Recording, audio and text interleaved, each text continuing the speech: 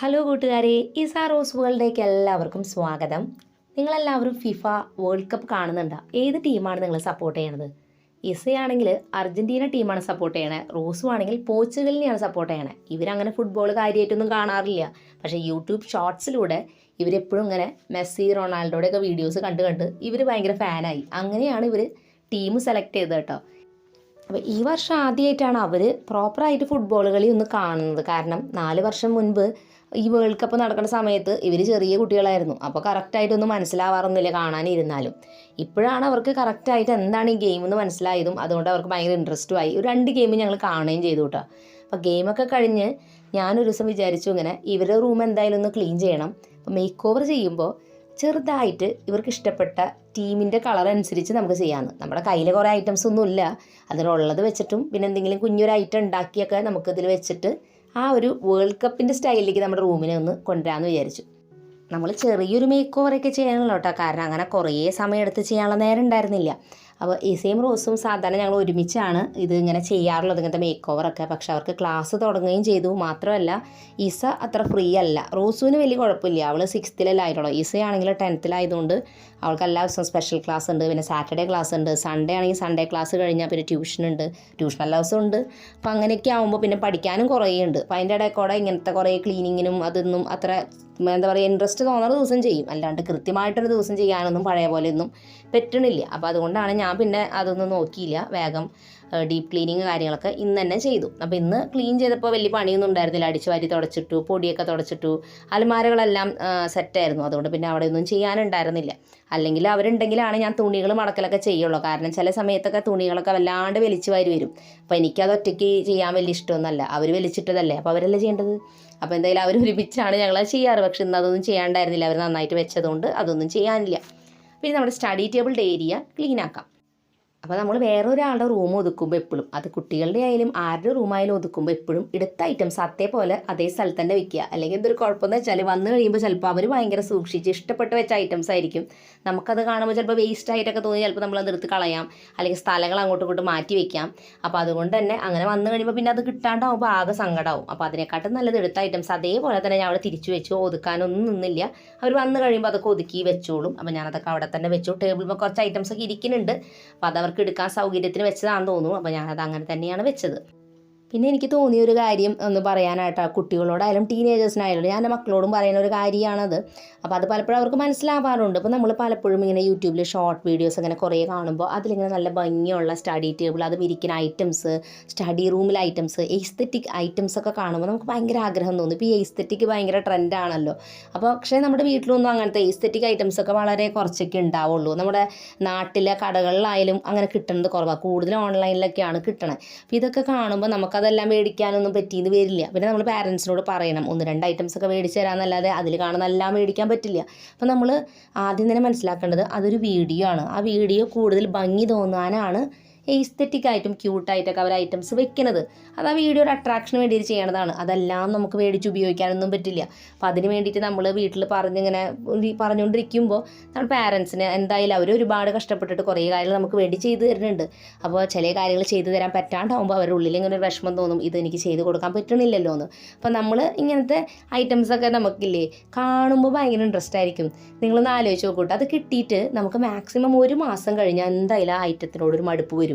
എന്തായിട്ടായാലും അങ്ങനെയാണ്. ഇപ്പോൾ നമ്മുടെ വീട്ടിലായാലും നമ്മൾ മേടിക്കുന്ന ഐറ്റംസ് ആയാലും ഒക്കെ അങ്ങനെ നമുക്ക് ഫീൽ ചെയ്യാറുണ്ട്. കിട്ടണ വരെയുള്ളൂ. കിട്ടിക്കഴിഞ്ഞാൽ നമുക്ക് ആ ഒരു ഇൻട്രസ്റ്റ് പോയി. പിന്നെ അടുത്തൊരു ഐറ്റം കിട്ടാനായിരിക്കും ആഗ്രഹം. പിന്നെ ഈ വീഡിയോസിൽ കാണുന്ന ഈ ഐറ്റംസൊക്കെ ഭാവിയിൽ നമുക്ക് നല്ലൊരു ജോലിയും പൊസിഷനൊക്കെ എത്തിക്കഴിയുമ്പോൾ നമുക്ക് എളുപ്പത്തിൽ മേടിക്കാൻ പറ്റാവുന്ന ഒരു ഐറ്റങ്ങളായി മാറും.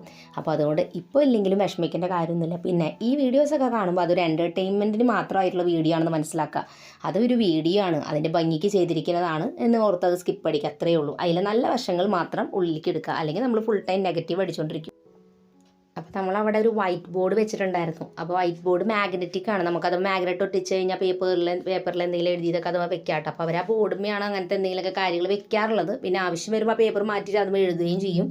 അപ്പോൾ അങ്ങനെ ഐറ്റംസ് എല്ലാം അവിടെ ഇതുപോലെയൊക്കെയാണ് വെച്ചിരിക്കുന്നത്. അപ്പോൾ നമ്മുടെ സ്റ്റഡി ടേബിളും എപ്പോഴും ഒരു ബോട്ടിൽ വെള്ളം, പിന്നെ ക്ലോക്ക്, പിന്നെ പെൻ ഹോൾഡർ, പിന്നെ ഇതുപോലെ എന്തെങ്കിലും ചെറിയ നോട്ടുകളൊക്കെ വെക്കാനായിട്ട് എന്തെങ്കിലും ഒരു സ്പേസ്. അപ്പോൾ നമ്മളൊരു ചാർട്ട് പേപ്പർ ചുമരുമ്പോൾ ഒട്ടിച്ചു കൊടുത്തിട്ട് അതുമ്മേ നമ്മൾ കുഞ്ഞു കുഞ്ഞു പേപ്പറുകളൊക്കെ സ്റ്റിക്ക് ചെയ്ത് കൊടുത്തിരിക്കുകയാണ്. ടൈം ടേബിളോ അങ്ങനെ എന്തെങ്കിലുമൊക്കെ വെക്കണമെങ്കിൽ അവിടെ ഒട്ടിക്കാം.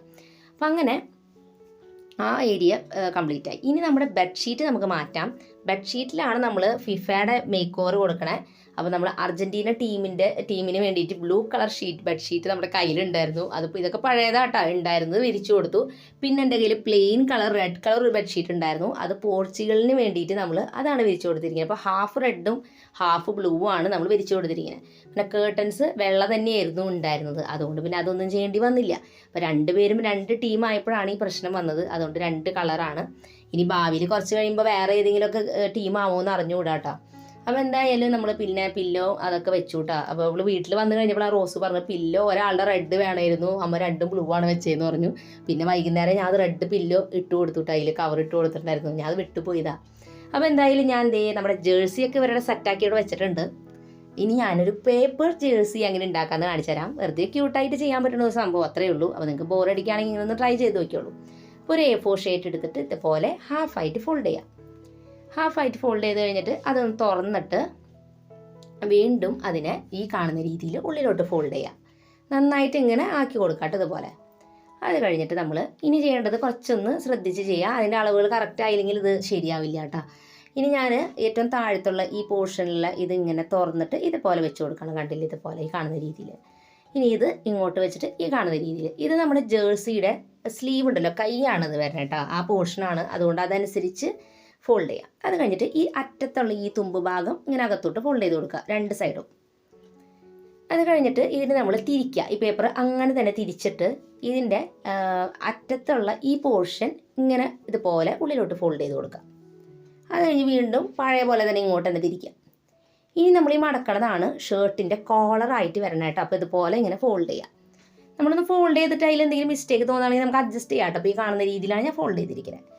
അത് കഴിഞ്ഞിട്ട് നമ്മുടെ ഏറ്റവും താഴെ നമ്മൾ ആ വെച്ച ഭാഗം ഇതുപോലെ ഇങ്ങനെ മടക്കിയിട്ട് ആ ഒരു കോളറിൻ്റെ ഭാഗത്ത് അവിടെ ഒന്ന് പൊക്കി കൊടുത്തിട്ട് പതുക്കെ കൊടുത്തിട്ട് ഉള്ളിലോട്ട് ഇങ്ങനെ സ്ലൈഡ് ചെയ്ത് വെക്കുക. ഇത്രയേ ഉള്ളൂ. സിമ്പിളായിട്ടുള്ള ഷർട്ട് റെഡിയായി. ഇത് നമുക്ക് കാർഡ് പോലെ ആക്കാം കേട്ടോ. അതിങ്ങനെ തുറന്നു കഴിയുമ്പോൾ അതിൻ്റെ ഉള്ളിൽ നമുക്ക് എന്തെങ്കിലും മെസ്സേജൊക്കെ എഴുതി വെക്കാൻ വേണമെങ്കിൽ. അങ്ങനെ നമ്മൾ 2 ജേഴ്സിയും ഇവിടെ ഉണ്ടാക്കിയെടുത്തിട്ടുണ്ട്. ഇനി അതിൻ്റെ കളറിങ് അവർ 2 പേരും കൂടിയിട്ടാണ് ചെയ്യണേ. അപ്പോൾ സാധാരണ ഇവർ പഠിക്കുന്നതിൻ്റെ ഇടയിലൊക്കെ അവധിയുള്ള ദിവസം ബ്രേക്ക് എടുക്കുമ്പോൾ ഇതുപോലെ എന്തെങ്കിലുമൊക്കെ കുഞ്ഞു ഐറ്റംസൊക്കെ ഉണ്ടാക്കും. അതിൽ ഇസയ്ക്കാണ് കൂടുതലും ക്രാഫ്റ്റ് ഇഷ്ടം. അവൾക്ക് ഇങ്ങനെ ടഫ് ആയിട്ടുള്ളതൊക്കെ ചെയ്യാൻ ഭയങ്കര ഇഷ്ടമാണ്. റോസുവിന് ഈസി ആയിട്ടുള്ള ക്രാഫ്റ്റുകൾ ഇഷ്ടം. ടഫുള്ളത് ചെയ്യും, പക്ഷെ ഭയങ്കര ഇങ്ങനെ കുറേ നേരം ഇരിക്കാൻ വലിയ ഇൻട്രസ്റ്റ് ഇല്ല. അവൾക്ക് റീഡിങ്ങും അങ്ങനത്തെ കാര്യങ്ങളൊക്കെയാണ് കുറച്ചും കൂടി ഇഷ്ടം. അപ്പോൾ ഓരോരുത്തർക്കും ഓരോ പ്രിഫറൻസ് ആണല്ലോ. എന്നാലും ചെയ്യണമെങ്കിൽ അതൊക്കെ ചെയ്യൂട്ടെ ഇരുന്നിട്ട്. അപ്പോൾ 2 പേരും അവരവരുടെ ടീമിൻ്റെ ജേഴ്സി കളറൊക്കെ അടിച്ചു കൊടുത്തു ഇതുപോലെ. ഇതിപ്പോൾ നമ്മൾ ഭയങ്കര ഈസി ആയിട്ടുള്ള ക്രാഫ്റ്റായിട്ട് എടുത്തത്. നിങ്ങളിങ്ങനെ പഠിക്കുന്നതിൻ്റെ ഇടയിൽ അങ്ങനത്തെ സമയത്തൊക്കെ ചെയ്യുമ്പോൾ എപ്പോഴും എളുപ്പമുള്ളത് ചെയ്യുക. ഒരുപാട് ടഫുള്ളത് എടുത്തിട്ട് പഠിക്കുന്നതിൻ്റെ ഇടയിൽ ചെയ്യാൻ നിൽക്കുമ്പോൾ ഒരു കുഴപ്പമെന്ന് വെച്ചാൽ അത് ചെയ്ത് അങ്ങോട്ട് തീരുമില്ല, കുറേ സമയവും പോവും. മാത്രമല്ല വീട്ടിൽ ചിലപ്പോൾ അമ്മ വന്ന് ചീത്തയും പറയും, ഈ പഠിക്കുന്ന നേരത്താണോ ക്രാഫ്റ്റ് ചെയ്യണേന്ന് ചോദിച്ചിട്ട്. അപ്പോൾ എളുപ്പമുള്ള എന്തെങ്കിലും സെലക്ട് ചെയ്ത് ചെയ്യാം. അപ്പോൾ അത് ചെയ്ത് തീരും ചെയ്യും. നമുക്കൊരു സാറ്റിസ്ഫാക്ഷനും പിന്നെ ബോറടിയൊക്കെ ഒന്ന് മാറുകയും ചെയ്യും. അപ്പോൾ ഇസ എപ്പോഴും ഇങ്ങനെ ബോറടിക്കുമ്പോൾ എന്തെങ്കിലുമൊക്കെ ഇങ്ങനത്തെ കുഞ്ഞു ഐറ്റംസൊക്കെ തന്നെ ഉണ്ടാക്കൂട്ടോ. അവർക്ക് ഭയങ്കര ഇഷ്ടമാണ് ആദ്യമേ. റോസും ആണെങ്കിൽ ബുക്ക് വായിക്കലും അല്ലെങ്കിൽ അങ്ങനത്തെ വല്ല പസിൽസ് സോൾവ് ചെയ്യലും അങ്ങനത്തെയൊക്കെയാണ് അവൾക്ക് ഇഷ്ടം. അങ്ങനെ 2 പേരുടെയും ടീമിൻ്റെ ജേഴ്സികളൊക്കെ സെറ്റായിട്ടുണ്ട്. ഇതിങ്ങനെ നമുക്ക് ഉണ്ടാക്കിയെടുക്കാം. ഇനി നമുക്കിത് അവരുടെ സ്റ്റഡി ടേബിളിൻ്റെ അവിടെ ഒരു ബോർഡ് ഉണ്ടല്ലോ, അതുമ്മേ മാഗ്നറ്റ് വെച്ചിട്ട് സ്റ്റിക്ക് ചെയ്യാണ് ചെയ്തത്. അപ്പോൾ ഷർട്ടിൻ്റെ ഉള്ളിലൊരു മാഗ്നറ്റ് വെച്ചിട്ടുണ്ട് കേട്ടോ. അതങ്ങനെ വെച്ചപ്പോൾ അത് അവിടെ ഇരുന്നു കറക്റ്റായിട്ട്. അങ്ങനെ റോസും വെച്ചു, ഇസയും വെച്ചു. അങ്ങനെ നമ്മുടെ world cup special make over complete ആയി. അപ്പോൾ ഇത് കുഞ്ഞൊരു മേക്ക് ഓവറാണ്, വലിയ കാര്യമായിട്ടൊന്നുമല്ല. എന്നാലും അതൊക്കെ ചെയ്തപ്പോൾ റൂമിനൊരു ചേഞ്ചൊക്കെ വന്നു, നല്ല സന്തോഷമായി. അപ്പോൾ നിങ്ങളും അവധി ദിവസം റൂമൊക്കെ ഒന്ന് ക്ലീൻ ചെയ്ത് ഷീറ്റൊക്കെ ഒന്ന് മാറ്റി സെറ്റാക്കുക. പരീക്ഷയൊക്കെ ഉണ്ടെങ്കിൽ അത് കഴിഞ്ഞിട്ട് ചെയ്താൽ മതി, ഒരു തിരക്കുമില്ല. അതൊക്കെ കഴിഞ്ഞ് ഇതൊക്കെ ചെയ്തിട്ട് പറയണം. ഇന്നത്തെ വീഡിയോ നിങ്ങൾക്ക് എല്ലാവർക്കും ഇഷ്ടപ്പെട്ടു എന്ന് വിചാരിക്കുന്നു. പുതിയൊരു നല്ല വീഡിയോ ആയിട്ട് വീണ്ടും നമ്മൾ വരുന്നതായിരിക്കും. അതൊരിക്കലും എല്ലാ കൂട്ടുകാർക്കും bye bye and take care.